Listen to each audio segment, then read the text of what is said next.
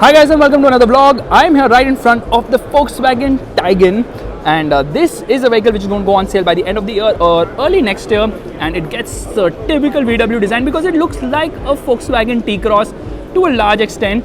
The wheels on this car are massive in terms of size, but the production spec model is definitely not going to get these spec wheels because they just look over the top. They are 225 40 19s. No chance in hell this car is going to get that in production form. You see this gloss black finish. Again, concept looks really nice and beautiful indeed, and this color also looks quite striking on this car, golden color somehow. Meanwhile, in terms of size, I really don't know what's the size of the car because it makes sense to make it sub 4 meter, but when I was reading online, I saw that this length of this car happens to be 4.1 meters. There's no way in hell that they will let the car's size be up by 0.1 meters because it's going to lead to a big tax penalty. But this car seems to be more production ready than the Skoda we saw. That's why we have got proper door handles here, and you've got the chrome treatment, gloss black finish on the mirror. I mean, yes, this car seems closer to production than the Skoda we saw in the last video. Meanwhile, let's get to the rear. VW claims, first let's see the boot. Okay, boot seems decent size as well, but I tell you what, yeah, look at the boot. There is a 12 volt charging socket as well, 60-40 split seats. But you know what, the VW boss actually claimed, the person who's for the India operation, he said that this has the most striking light of any car in the Indian market, which seems a little hard to digest, but when you see the design you will definitely agree as well, because just look at it. Alrighty, says Taigun. Oh, I banged it too hard. Anyways, this light continues, so the whole group is obsessed with having continuous treatment of lights running. You got a rear wiper. Spoiler seems a bit too subtle, but there is a spoiler. Get a large panoramic roof, and again similar type roof rails as what we have seen on the Skoda Vision IN as well. So you've got the chrome treatment lower half and the artificial skid plate, which is a mandatory thing too, and the gloss black finish on the this side. What do you call this side? I keep forgetting. I'm so sorry about that side. Yeah, wheel arch. So side, body side molding, wheel arch, everything continues here, but this, thins here, and you get the chrome treatment right there.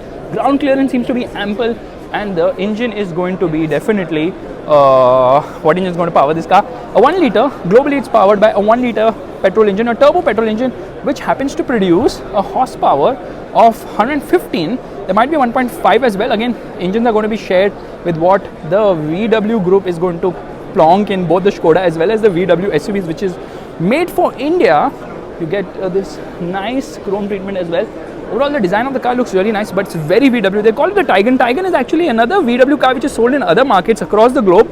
But over here, the Taigun actually looks like a T-Cross. But obviously, it's Indianized because it actually uses a locally engineered platform based on the MQB. This is known as the MQB A0 MQB IM and MQB A0 IN, something of that sort. So platform is robust. Actually, what, Skoda and VW, the whole group believes that why are we getting global platforms to India? At the end of the day, the platforms are engineered to drive at 200 kilometers per hour, which is done on the German autobahn. But obviously, you don't do such kind of speeds in the Indian market.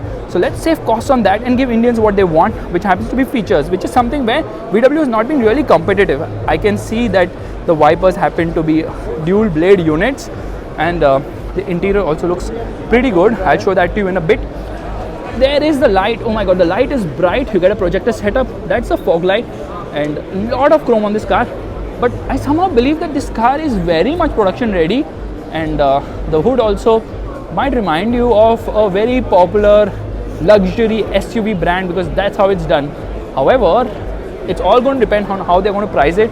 This car has to be under 4 meters. Pricing should be somewhere around XUV 300. Obviously, it cannot compete with the Brezza. The Brezza's pricing is just way too attractive, and the attention to detail is there. So, getting into the rear seat. Okay. Without shaking the car, just give him one shot. Sure. One shot. Hold on, guys, for a minute. Meanwhile, I will just blabber something or the other. Look at this treatment here as well. This might remind you of Tata Motors because Tata Motors does all this and more as well. If you see the Nexon EV, if you see the Harrier as well, Harrier gear knob, the automatic gear knob has such sort of a treatment too. So, lot of effort being put to make the design totally stand out, and this line runs boldly. So, a lot of bold lines on this car. It's all about the design. It's all about cost-effective engineering bits, which is part of the 2.0 project of the Volkswagen group. Yeah, the wheels. Okay, look at this attention to detail on the wheels as well. That looks really nice and dope. something different and unique which you've not seen. It gets a rear disc too, and you can see the suspension. Yep, that is the suspension of the car. Oh my god, I think I've done a world exclusive scoop of showing you stuff which no one else has, because I'm just waiting for people to move so I can open the interior of the car. Bridgestone tires here on this vehicle, and it's going to compete with a lot of established rivals. The problem is, by the time this car gets launched, Kia would have absolutely nailed it with their new compact SUV which is coming. Decent amount of space on offer here for sure, and there are rear AC vents. Now I'm sitting at the rear. I can tell you under thigh support is good. That is the interior of the car. It looks nice. Right now this one has an automatic gearbox, and that yellow treatment on the outside, rather the gold treatment, has been carried over. The instrument cluster also looks nice, seems to be a digital unit. I just hope they bring all of that and more. The logo seems a bit subdued here. Is that the new VW logo? Probably yes. And you've got audio controls on the steering wheel as well. What do you think about the interiors? I think the interiors look really very nice, and everything merges so beautifully well in this car. It's practical too. There's storage space on the inside, plenty of it, and yes, adjustable headrests everywhere. Here there are 3 adjustable headrests, which comes as a surprise. Seats feel nice, and that treatment again might remind you of Tata's design. So door pockets also large enough at the front, and this treatment is also cool. There's good amount of headroom on offer. Lights look really nice too.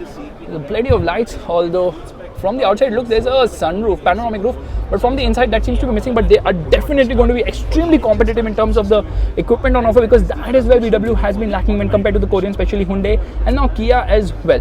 So interior looks dope. This is an automatic, I believe. Obviously it's a petrol, because I can see a 6000 RPM red line, but VW has said, the group has said that they're going to not be doing diesels for the time being because of emissions and the whole scandal which had happened. Auto dimming inside rear view mirror.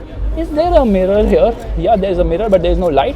So yes, this is very much production ready. This is absolutely production ready model. Okay, people are shutting me down inside. I need to get inside. Pardon me, I'll just get out. I need to show you the glove box size. How big is it? Is it decent size? And yeah, you see there, it has got 2 SD slots as well. Glove box seems decent sized as well, and there is the start engine stop button.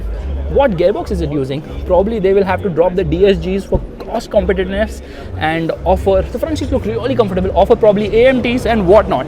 So guys, this is my walk around of the Volkswagen Taigun, which looks very much production ready, unlike the Skoda car, which has gone on board in terms of design by giving aspects which I believe rather will not make it to production anytime soon. Now if you like this video, you know what you have to do. Give it a thumbs up, that's a like button, and also subscribe to the channel. I will see you guys in the next video in the next 10 minutes. How's that possible? Let's head to the Audi A8L.